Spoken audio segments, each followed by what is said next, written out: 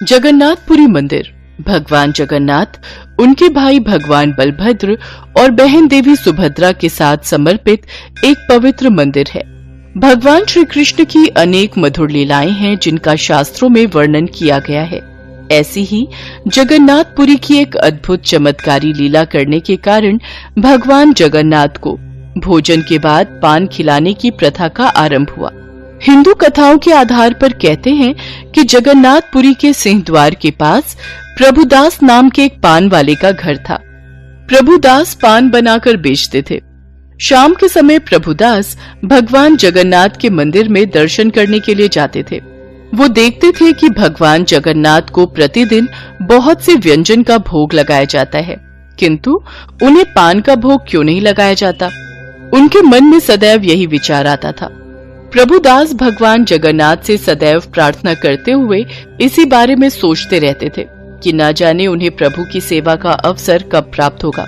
एक रात जब प्रभुदास अपनी कुटिया में सोने की तैयारी कर रहे थे, तभी वहाँ दो सुंदर नौजवान, जिनके घुंघराले बाल थे, कानों में कुंडल थे, उनके वस्त्र चमक रहे थे। इतना सलोना रूप था कि कोई भी उनके दर्शन करके मंत्रमुग्ध हो जाए, ऐसा उनका स्वरूप था। वे दोनों प्रभुदास की कुटिया में आए और उनसे पान खाने के लिए बोले। कई दिनों तक वे दोनों युवक पान खाने प्रभुदास की कुटिया पर आते रहे और प्रभुदास उन्हें पान खिलाते रहे। एक दिन मंदिर के सेवक बलराम दास जी, जो कि भगवान जगन्नाथ के परम भक्त थे, वो मध्य रात्रि के समय मंदिर के उसी सिंह द्वार के पास प्रभु नाम का भजन करते हुए टहल रहे थे। तभी उनकी नजर उन दो नौजवानों पर पड़ गई। अरे, ये दो नौजवान कौन हैं जो इतनी रात में प्रभुदास की कुटिया से निकल रहे हैं? इन्हें पहले तो मंदिर के आसपास नहीं देखा। उस दिन तो बलराम दास ने इस ओर ध्यान नहीं दिया, पर अब तो रोजाना ही बलराम दास की नजर उन पर पड़ने लगी। अब उन्होंने पूछना ही उचित समझा और प्रभुदास की कुटिया में गए और उन नौजवान युवकों के आने के बारे में पूछा। तब उन्हें पता चला कि प्रभुदास तो उन्हें बिना दाम के ही रोजाना पान दे रहे हैं। बलराम दास जी, इसका कारण तो मुझे भी नहीं पता। न जाने उनके सलोने रूप में ऐसी क्या बात है कि मैं उनसे अपनी नजरें हटा ही नहीं पाता, और उनके मनमोहक रूप को देखकर मैं उसमें खो जाता हूं और उनसे दाम लेना भूल जाता हूं। और इतनी देर में वो दोनों युवक कब गायब हो जाते हैं, मुझे इस बात का आभास ही नहीं होता। बलराम दास प्रभुदास की बातों को सुनकर हैरान रह गए और बोले, अरे प्रभुदास, तुम्हारी बातों को सुनकर मैं हैरान हूं। इतने दिनों से तुम उन युवकों को पान खिला रहे हो और उसके बदले दाम भी नहीं लेते हो। ये तो मैं पहली बार सुन रहा हूं कि दुकानदार अपना सामान बिना दाम लिए ही किसी अनजान को दे रहा है। ऐसे में तो तुम्हारा कितना नुकसान हो जाएगा प्रभुदास। कह तो आप ठीक रहे हैं बलराम दास जी, मैंने तो इस बारे में सोचा ही नहीं। अब मैं क्या करूं? करना क्या है? अगर कल अब वो दोनों युवक पान खाने के लिए आए तो तुम उनसे दाम मांगना। यदि वो ना दे तो बदले में उन दोनों की चादर बंधक के रूप में अपने पास रख लेना और कहना कि जब तक वो दाम नहीं देंगे उन दोनों की चादर आपके पास रहेगी। बलराम दास जी की बात प्रभुदास को जंच गई। अगले दिन दोनों युवक फिर से आए तो उन्हें पान देने के पश्चात प्रभुदास ने उनसे बदले में दाम मांगा। तुम दोनों इतने समय से पान खाकर जा रहे हो, पर मुझे याद ही नहीं रहता कि मैंने तुमसे दाम भी लेना है। आज तुम मुझे दाम दिए बिना नहीं जा सकते। मैंने तुम्हें बहुत दिनों तक ऐसे ही बिना दाम लिए पान दिया है। पर हमारे पास अभी धन नहीं है। कल हम आएंगे तो ढेर सारा धन ले आएंगे। अभी हमें जाना है। नहीं नहीं, मैं तुम दोनों को ऐसे नहीं जाने दूंगा। अब तो मुझे दाम तो देकर ही जाना पड़ेगा, नहीं तो मैं तुम दोनों को यहाँ से नहीं जाने दूंगा। ऐसा कैसे हो सकता है? हमारा जाना अति आवश्यक है। हम तुम्हें कल बहुत सारा धन ला कर देंगे, हम पर विश्वास करो। तो ठीक है, अगर तुम दोनों बिना दान दिए अभी जाना चाहते हो तो तुम दोनों को अपनी चादर मेरे पास रखनी होगी। कल जब तुम दाम लेकर आओगे मैं तुम दोनों को तुम्हारी चादर वापस कर दूंगा। हाँ। और फिर प्रभुदास के कहने पर उन दोनों युवकों ने अपने अपने कंधे से चादर उतारकर प्रभुदास को दे दी और फिर वहाँ से चले गए। अगले दिन जब भगवान जगन्नाथ के मंदिर के द्वार खुले तो पुजारी जी हैरान रह गए। भगवान जगन्नाथ और बलभद्र जी के ऊपर से श्वेत चादर गायब थी। ये देखकर पुजारी बाबा हैरान रह गए कि रात में जो चादर भगवान को ओढ़ाई थी वो गायब कैसे हो गई। ये बात चारों ओर फैल गई और राजा प्रताप रुद्रदेव तक पहुंची। उन्होंने जितने भी मंदिर के सेवक हैं उन्हें दंड देने के लिए बुलाया। अब भगवान अपने भक्तों को कैसे दंड मिलने दे सकते थे। भगवान जगन्नाथ ने बलराम दास जी के स्वप्न में दर्शन दिए और उन्हें सारी बात कही। बलराम दास जी उठे और उन्होंने राजा प्रताप रुद्रदेव के पास जाकर सपने की सारी बात बताई। राजा प्रताप रुद्रदेव ये सुनकर हैरान रह गए और उन्होंने आदेश दिया, बलराम दास जी, आज के बाद मंदिर में भगवान के भोजन के पश्चात पान खिलाने की प्रथा शुरू की जाए। अब से भगवान जगन्नाथ को रात्रि के भोजन के पश्चात पान का भोग लगाया जाएगा और प्रभुदास से मिलने हम स्वयं जाएंगे। राजा प्रताप रुद्रदेव प्रभुदास से मिलने उसकी कुटिया में जाते हैं। प्रभुदास को जब इस बारे में पता चलता है तो उसकी आंखों से अश्रु की धारा बहने लगती है। उन्होंने साक्षात भगवान जगन्नाथ और भगवान बलभद्र के दर्शन किए थे, उन्हें पान खिलाया था। उनकी प्रार्थना भगवान जगन्नाथ ने सुन ली थी और भोजन के पश्चात पान को ग्रहण किया था। इसके पश्चात भक्त प्रभुदास स्वयं भगवान जगन्नाथ और भगवान बलभद्र को वो चादर उड़ाने जाते हैं। सब लोग प्रभुदास की भक्ति देखकर हैरान रह जाते हैं कि उन्होंने कितने अच्छे कर्म किए जो उन्हें साक्षात भगवान के दर्शन हुए। कहा जाता है उस दिन से लेकर आज तक भगवान जगन्नाथ के मंदिर में रात्रि के भोजन के पश्चात पान खिलाने की प्रथा है। भगवान जगन्नाथ के चमत्कार जिनका जितना वर्णन किया जाए उतना ही कम है और फिर प्रभु तो अपने भक्तों के प्रेम के एक निवाले से भी प्रसन्न हो जाते हैं।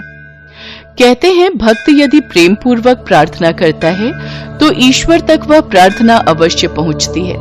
इसलिए हमें सदैव ईश्वर का स्मरण करते रहना चाहिए। तो भक्तों को किसी भी रूप में दर्शन देकर भगवान भक्तों का उद्धार कर देते हैं। ये कहानी है श्री कृष्ण भक्त कर्माबाई की।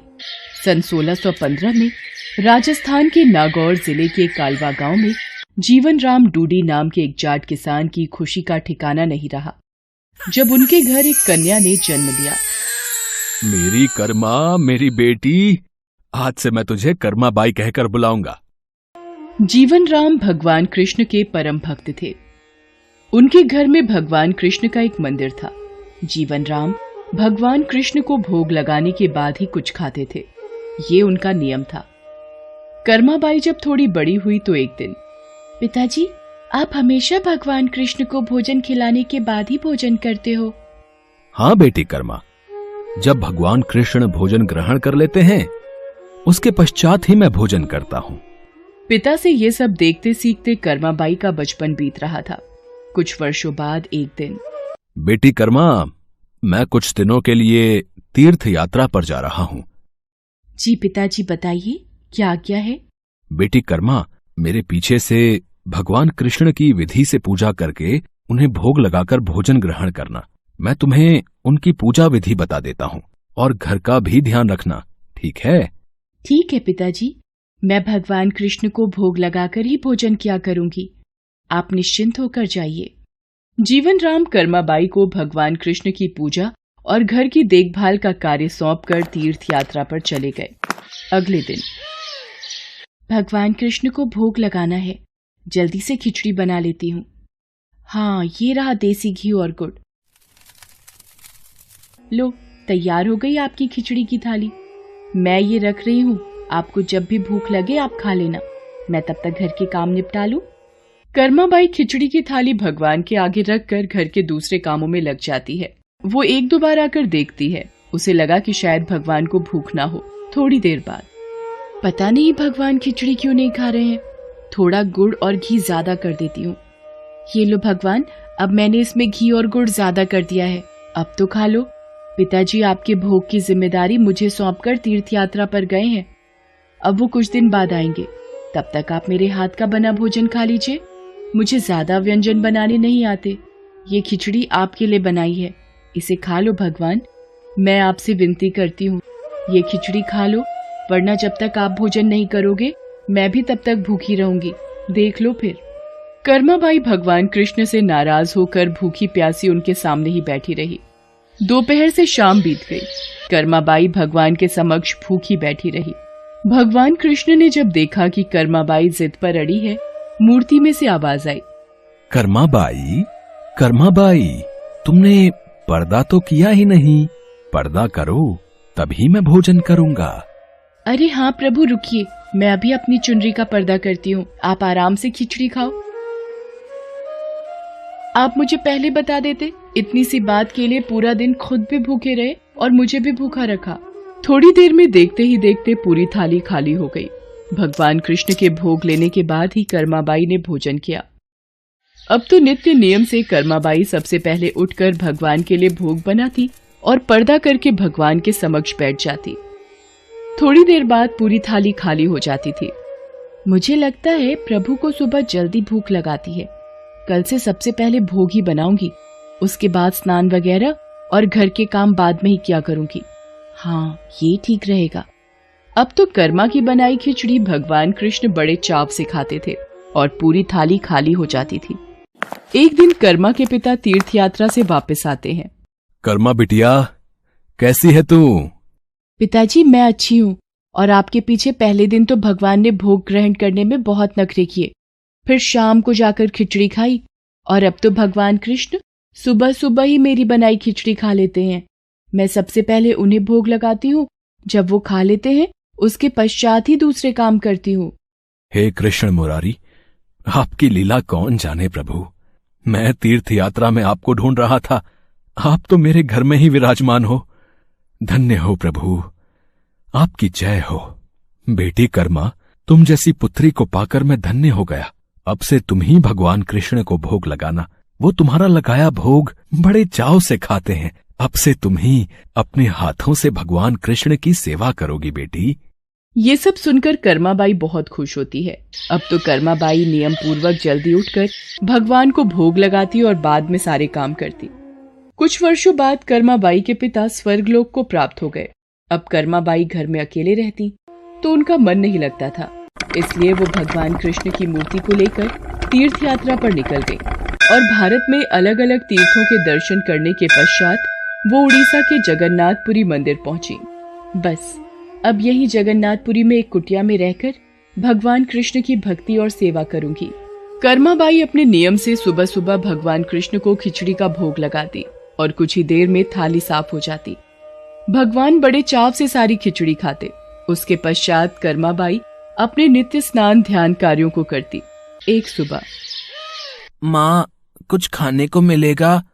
बहुत जोरों की भूख लगी है। हाँ हाँ आजा बेटा, यहाँ बैठ। मैंने अभी अभी श्री कृष्ण को खिचड़ी का भोग लगाया है। ले खिचड़ी खा बेटा। पसंद आई खिचड़ी तुझे? और दूं? बस माँ, पूरा पेट भर गया, आनंद आ गया तुम्हारे हाथ की खिचड़ी खाकर। माँ, क्या मैं ये स्वादिष्ट खिचड़ी कल भी खाने आ सकता हूँ? कल ही क्यों बेटा, तू रोज मेरे पास खिचड़ी खाने आ जाया कर। कर्माबाई की कुटिया में उस बालक के रूप में स्वयं भगवान जगन्नाथ खिचड़ी खाने पधारे थे और अब रोजाना कर्माबाई जब भगवान कृष्ण को खिचड़ी का भोग लगाती, थोड़ी देर बाद वो बालक भी खिचड़ी खाने आ जाता। एक दिन कर्माबाई, भगवान को बिना स्नान किए भोग लगाना अच्छी बात नहीं। तुम रोजाना सुबह पहले स्नान आदि क्रियाएं करके विधि विधान से पूजा करके ही भगवान कृष्ण का भोग बनाया करो। ठीक है बाबा, अब मैं स्नान करके ही प्रभु का भोग बनाया करूंगी। साधु की बात मानकर कर्माबाई अगले दिन से स्नान करके पूजा के पश्चात भोग तैयार करती। इस कार्य में उन्हें बहुत देर हो जाती थी, पर वो बालक तो अपने समय पर ही खिचड़ी खाने आ जाता था। माँ खिचड़ी दो ना, जल्दी दो, मुझे बहुत भूख लगी है माँ। थोड़ी देर रुक बेटा, अभी देती हूँ। अब तो बालक रूपी भगवान जगन्नाथ जल्दी जल्दी खिचड़ी खाकर बिना हाथ मुंह साफ किए भाग जाते थे। उन्हीं दिनों मंदिर के पुजारी जो काफी समय से मंदिर में सेवा कर रहे थे, ये जगन्नाथ भगवान के मुख पर खिचड़ी कैसे? मंदिर में तो काफी दिनों से खिचड़ी का भोग नहीं लगा, फिर ये भगवान के मुख पर खिचड़ी कैसे? हे प्रभु, ये कैसी लीला है आपकी? भगवान जगन्नाथ पुजारी के सपने में आते हैं। मेरी भक्त कर्माबाई जो जगन्नाथपुरी में ही रहती है, वो बहुत ही प्रेम भाव से सुबह उठकर बाजरे की खिचड़ी का भोग लगाती है। मैं रोजाना सुबह जल्दी उठकर कर्माबाई की खिचड़ी खाने जाता हूँ। मुझे कर्माबाई के हाथ की खिचड़ी बहुत पसंद है। पर एक साधु ने उसके पास आकर सुबह स्नान और पूजा के बाद विधि विधान से भोग लगाने का बोल दिया है। अब कर्माबाई स्नान और पूजा के बाद भोग लगाकर मुझे खिचड़ी देती हैं। इन सब कार्यों में बहुत देर लग जाती है। मुझे बहुत तेज भूख लगती है। भक्तगण मेरा इंतजार कर रहे होते हैं, इसलिए जल्दी जल्दी खिचड़ी खाकर मैं बिना मुंह हाथ धोए वापस लौट आता हूँ। भगवान जगन्नाथ की अद्भुत बातों को स्वप्न में सुनकर पुरोहित जी हर जगह उस साधु की खोज करवाते हैं और उसे बुलाकर सारी बात बताते हैं।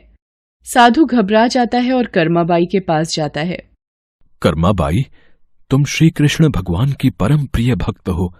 तुम्हारे लिए किसी नियम नीति की कोई आवश्यकता नहीं। तुम अपने अनूठे प्रेम से जिस प्रकार सुबह जल्दी उठकर भोजन बनाती थीं, वैसे ही बनाकर भगवान का भोग लगाया करो। ठीक है साधु बाबा, अब मैं पहले की तरह ही सुबह जल्दी भोग बनाया करूंगी। अब कर्माबाई फिर से पहले की तरह भगवान कृष्ण को भोग लगाकर उस बालक को बड़े प्रेम पूर्वक खिचड़ी खाने को देती थी। ये क्रम कई वर्षों तक चला और एक दिन कर्माबाई परलोक सिधार गई। हे प्रभु, हमसे कोई भूल हो गई क्या? आज आपके नैनों से अश्रुधारा कैसी प्रभु? हे भगवान जगन्नाथ, क्या अपराध हुआ हमसे जो आप दुखी हुए प्रभु?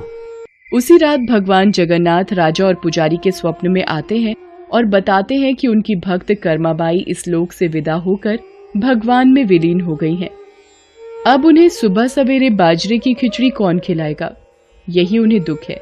अगले दिन पुजारी जी, जो स्वप्न आपने देखा वही स्वप्न मुझे दिखाई दिया। भगवान जगन्नाथ की प्रिय भक्त कर्माबाई अब इस लोक से विदा हो गई है। मैं चाहता हूँ आज से हर सुबह भगवान जगन्नाथ को कर्माबाई के नाम से बनाई बाजरे की खिचड़ी का भोग लगा करेगा, जिससे भगवान को कर्माबाई की कमी न महसूस हो। जी महाराज, अब से ऐसा ही होगा। उस दिन के बाद से कहते हैं कि भगवान जगन्नाथ को हर सुबह बाजरे की खिचड़ी का भोग लगाया जाता है। कर्माबाई के नाम की बाजरे की खिचड़ी के भोग से आज भी इस प्रथा को निभाया जा रहा है।